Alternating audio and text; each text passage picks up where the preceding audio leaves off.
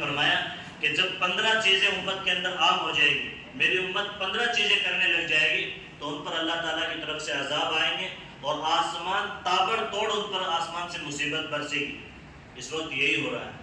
اس لیے میرے عزیزوں، اس میں ایک یہ ہے کہ جب مالدار اپنے زکوٰۃ کو روک لیں گے، مالدار زکوٰۃ ادا نہیں کریں گے، اور بچیاں جو ہیں مسلم بچیاں جو ہیں وہ بغیر پردے کے جب گھومنے لگے گی تو پھر میرے عزیزوں اللہ کی طرف سے حالات ہیں۔ اس لیے سب مدرسے والے دے رہے ہیں، مسجد والے بھی دے رہے ہیں، ہماری مسجد اقصیٰ کمیٹی جو ہے وہ بھی آگے بڑھی ہے، کل بھی ایک ٹریکٹر روانہ کیا ہے، آج بھی ہمیں دینا ہے۔ کتنے بچے بھوکے بیچارے، کتنے ان کی ماؤں کی آنکھوں سے آنسو آ رہے ہیں۔ دیکھو ماں باپ سب اپنے برداشت کر لیتے ہیں، ہمیں بھوک لگی کہ ہم برداشت کر لیں، لیکن ذرا سوچو وہ پھول جیسے بچے جن کی ابھی آنکھ ہی کھلی ہے اور بیچاروں کی ماں کی چھاتی میں دودھ نہیں ہے، کیوں نہیں ہے کہ کھانے کا کچھ نہیں ہے، جانور بہ رہے ہیں، گھروں کے اوپر چڑھ کے بہ رہے ہیں، سفید داڑھی والے بیچارے پانی میں ڈوب رہے ہیں۔ اس لیے میرے عزیزوں، میں آپ کے سامنے اس وجہ سے ہاتھ پھیلا رہا ہوں کہ وہ اللہ کی مخلوق ہے، ہمارے بھائی ہیں، وہ ہمارے بھائی ہیں، ہمارے پڑوسی ہیں وہ، اور ہمارے نبی نے فرمایا کہ کسی کا پڑوسی بھوکا ہے اور اس نے اگر پیٹ بھر کے کھا لیا تو اس کے بارے میں قیامت دن حساب ہوگا۔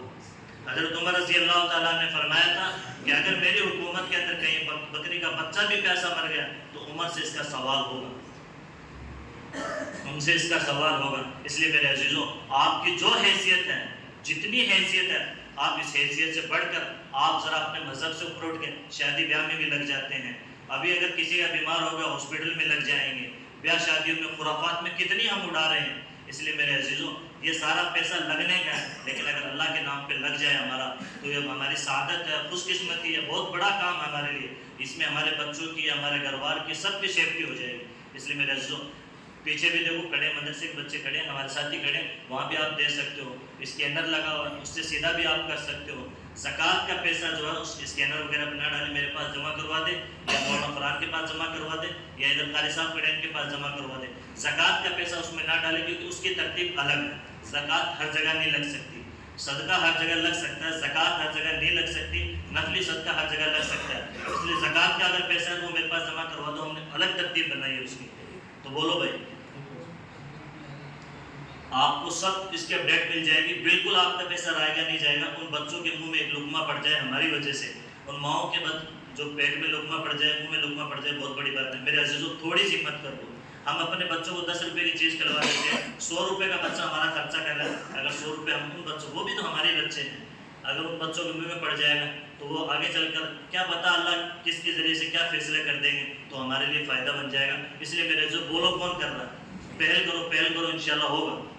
اللہ آپ لوگوں کو جزائے خیر دے، اور آپ کا یہ آج جمعے کے دن 5-10 منٹ ایکسٹرا لگے، یہ اللہ کی طرف سے جو ہے ثواب کے اعتبار سے لگے۔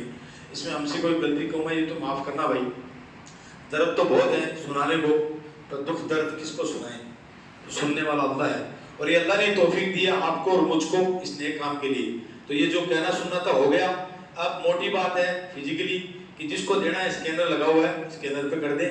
زکوٰۃ دینی ہے مول صاحب کو دے دیں، آج نہیں شام تک دے دے، کل تک دے دے، پرسوں تک دے دے۔ یہ نیت کرو کہ وہ واپس اپنے گھروں میں پھنس جائیں، ان کے گھر جو اجڑے وہ اپنے گھر بنا لیں، اب ان کے گھر میں چولہا جل جائے، تب یہ آفت اپنے ساتھ بھی آ سکتی ہے، کسی کے ساتھ بھی آ سکتی ہے۔ جس کا لاسٹ بات کہہ کے ایگزامپل دے رہا ہوں، ابھی بجلی نہیں تھی، سب کے من کھڑپڑا رہے ہیں، ایک کھمبا ٹوٹا، بجلی نہیں ہے، حالت خراب ہو رہی پیچھے گرمی میں، اور ان کی گھر اجڑ گئے، ان کے باسے پورے اجڑ گئے۔ آپ سوچو کتنا آدمی کو تکلیف ہو رہی ہوگی۔ اس لیے آپ سے درخواست ہے، آپ سے گزارش ہے، یہاں ہو کہیں بھی ہو، جو بھی سچائی کے ساتھ میں جو پیسہ پہنچا رہا ہے، کھانا پہنچا رہا ہے، بستر پہنچا رہا ہے، مکان بنا رہا ہے، سب اس کا ساتھ دے۔